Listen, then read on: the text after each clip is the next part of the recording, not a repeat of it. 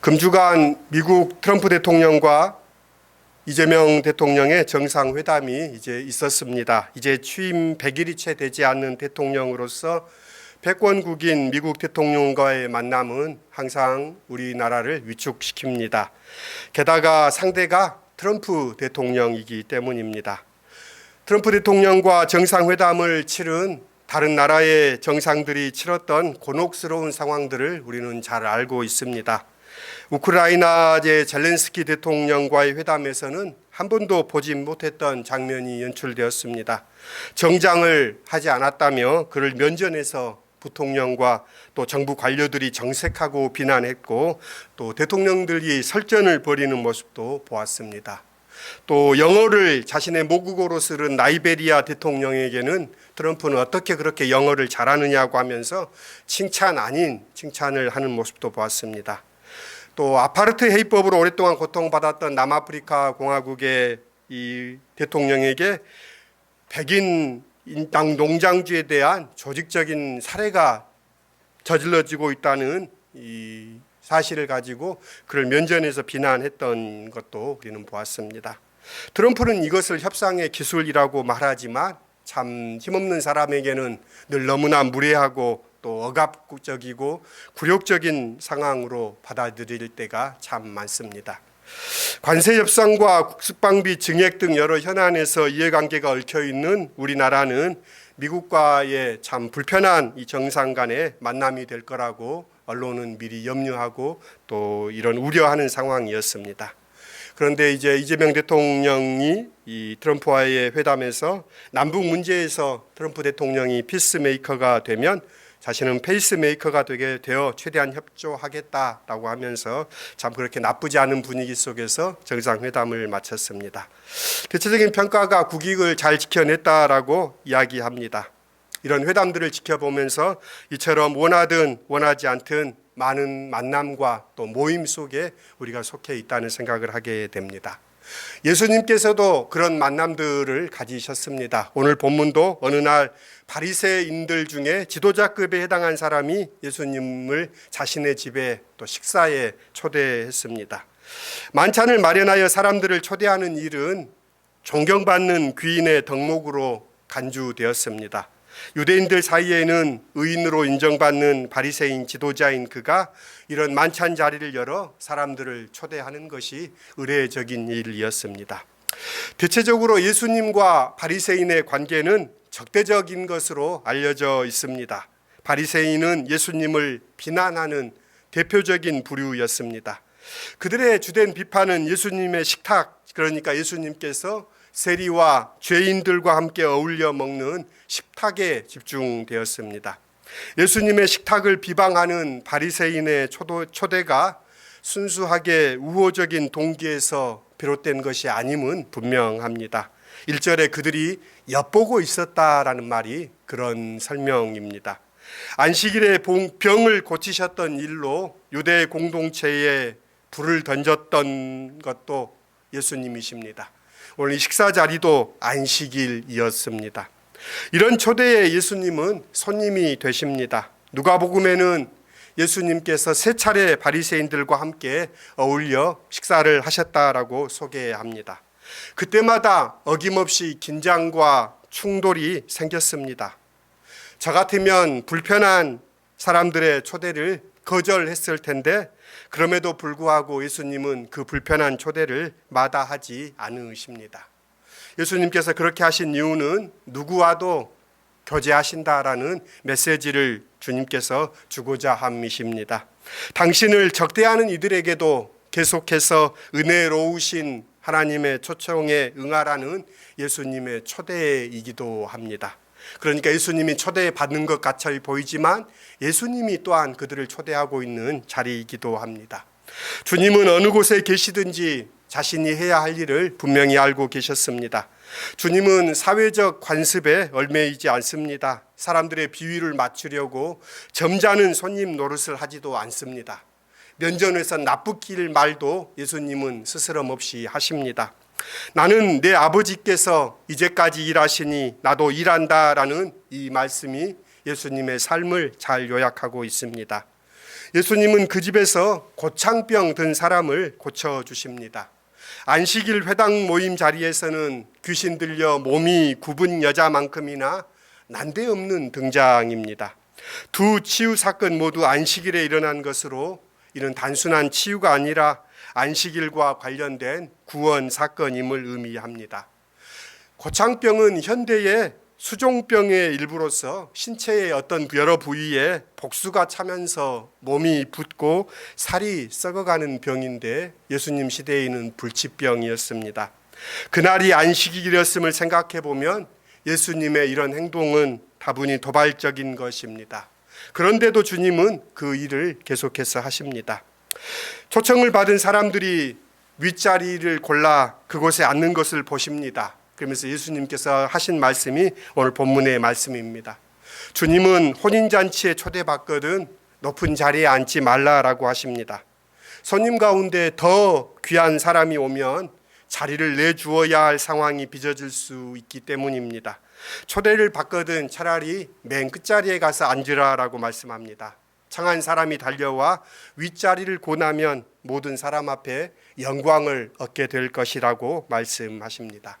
이 주님의 말씀은 우리가 읽었던 구약 잠언 25장 6절과 7절에 나오는 경고입니다. 임금 앞에서 잘난 체 하지 말고 지체 높은 이들 앞에 서지 말라. 이리 올라오게 하는 말을 듣는 것이 귀족들 앞에서 하대받는 것보다 낫다라는 잠언의 이야기입니다. 고대 지중해 주변 지역의 지혜 전통책에서는 익히 알려진 처세술이라고 할 수 있습니다. 이 본문은 어쩌면 처세술을 가르치는 것 같다 불편합니다. 내심으로는 높은 자리를 원하면서 짐짓 낮은 자리를 택하라는 말처럼 들리기 때문입니다.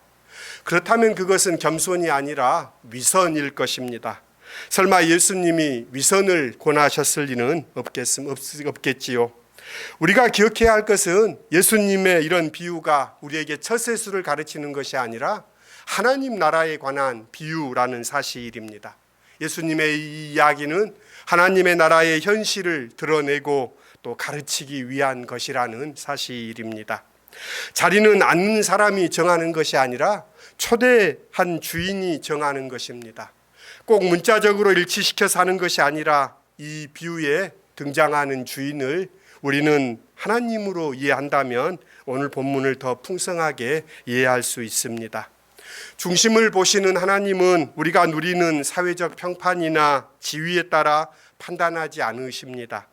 예수님은 하나님의 뜻을 행하는 것보다 자신들이 누리는 지위에 자족하는 장로들과 대제사장들에게 내가 진정으로 너희에게 말한다. 세리와 창녀들이 오히려 너희보다 먼저 하나님의 나라에 들어간다라고 말씀하셨습니다. 주님께서 맨 끝자리에 앉으라고 하신 것은 위선을 권하는 것이 아니라 하나님 나라에 속한 마음은 자신의 자금을 늘 인식하는 것임을 가르치시기 위함입니다. 무릇 자기를 높이는 자는 낮아지고 자기를 낮추는 자는 높아지리라. 예수님의 이 말씀을 듣고 청함을 받은 사람들은 무안했을 것입니다.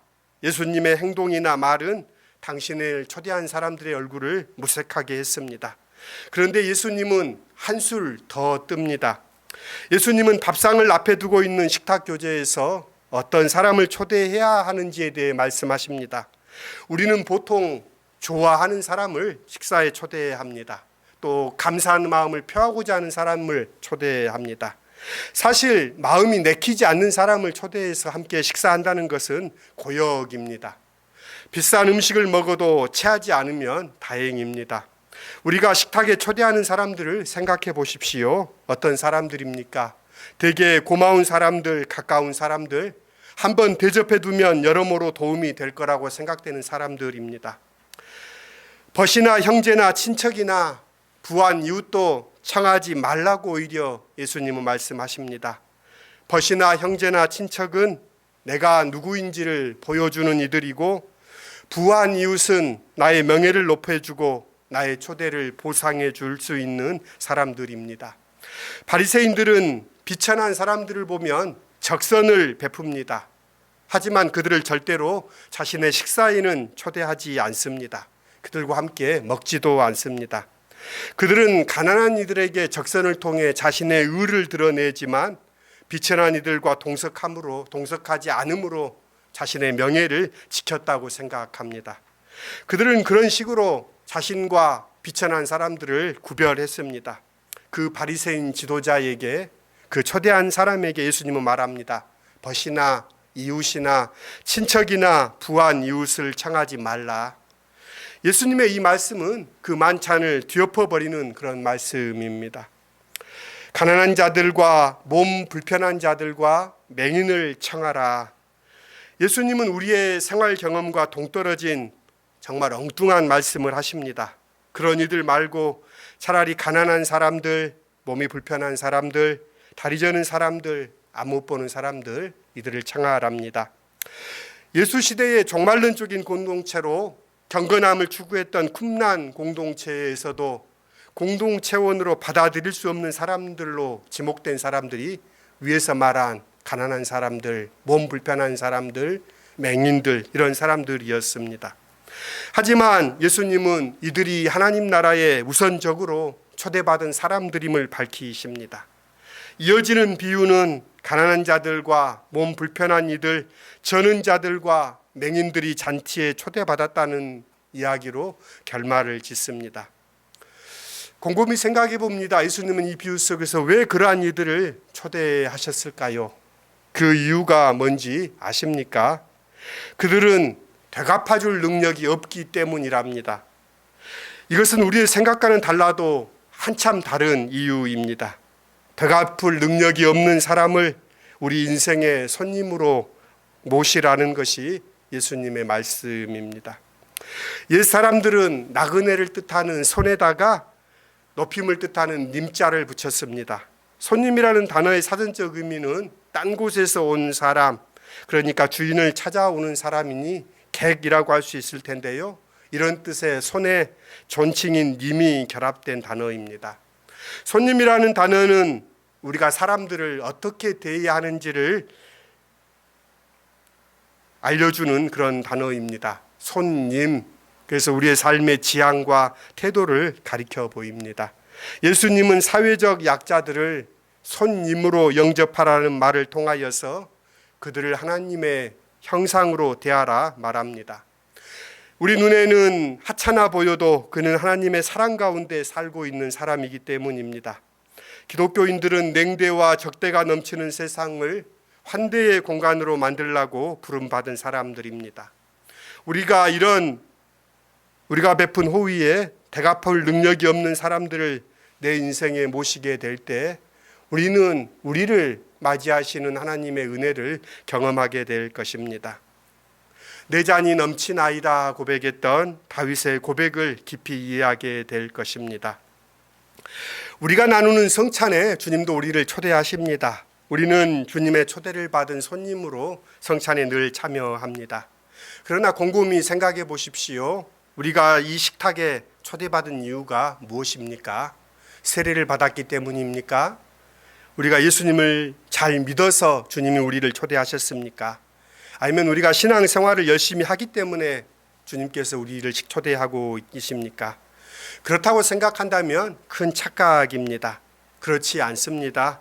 우리가 주님의 식탁에 초대받은 것은 우리가 되갚을 능력이 없는 사람들이기 때문입니다. 하나님께서 우리를 자녀로 삼으셨고 당신의 것으로 삼으시며 우리를 식탁에 초대합니다. 주님의 식탁에 초대받은 우리들, 그래서 우리도 세상 가운데 그런 초대를 하라는 것입니다. 참으로 이상한 초대이지 않습니까? 불편한 초대에 응하셨던 예수님께서 이상한 초대에 대해 말씀하는 이야기가 오늘 본문의 이야기입니다. 되갚을 것 능력이 없는 사람들이야말로 어쩌면 우리 자신이고 우리를 하나님께서 초대하셨다는 사실이 가장 큰 역설이니 말입니다. 주님의 말씀을 따라 우리도 우리의 마음을 비우고 정말 그런 이들에게 마음을 열 때 우리는 주님의 현존과 치유를 경험하게 될 것입니다. 오늘 우리들이 손님으로 맞이하는 사람들은 누구입니까? 되갚아줄 것이 없는 이들을 여러분의 인생의 손님으로 맞으십시오. 그들 곁에 머물고 그들을 위해 주님이 주신 것들을 나눌 때 우리는 예수님이 곁에 계심을 알게 될 것입니다. 주님이 저와 여러분을 그렇게 맞아주셨다는 사실을 말입니다. 지금 우리는 누구를 초대하고 누구를 환대하고 있습니까? 오늘 우리가 만나는 모든 이들을 손님으로 맞아들여 생을 하나님의 기쁨의 잔치로 바꾸어가는 우리 모두가 될 수 있기를 기원합니다. 함께 주신 말씀 생각하며 기도의 자리에 나아가십시다. 주님의 날입니다. 주님의 날, 주님의 초대에 응하여 온 우리들입니다. 높은 곳에 마음을 두지 않게 하시고 높은 자를 낮추는 주님 앞에 우리의 마음 낮추어 주님이 누구인지를, 또 우리가 누구인지를 깨닫게 하여 주십시오. 감사함으로 자격함 없는 자를 불러주셨음을 일깨워 주십니다. 오 주님, 주님의 은혜 안에서는 저희가 될 수 있도록 이끌어 주십시오. 우리의 삶의 잔치에 우리가 초대해야 할 사람, 모셔야 할 손님이 누구인지 주님은 오늘 말씀하십니다. 오 주님, 우리의 삶이 하나님의 나라의 잔치가 되게 하여 주십시오. 예수님의 이름으로 기도드립니다. 아멘. 결단의 찬송입니다. 찬송가 389장입니다.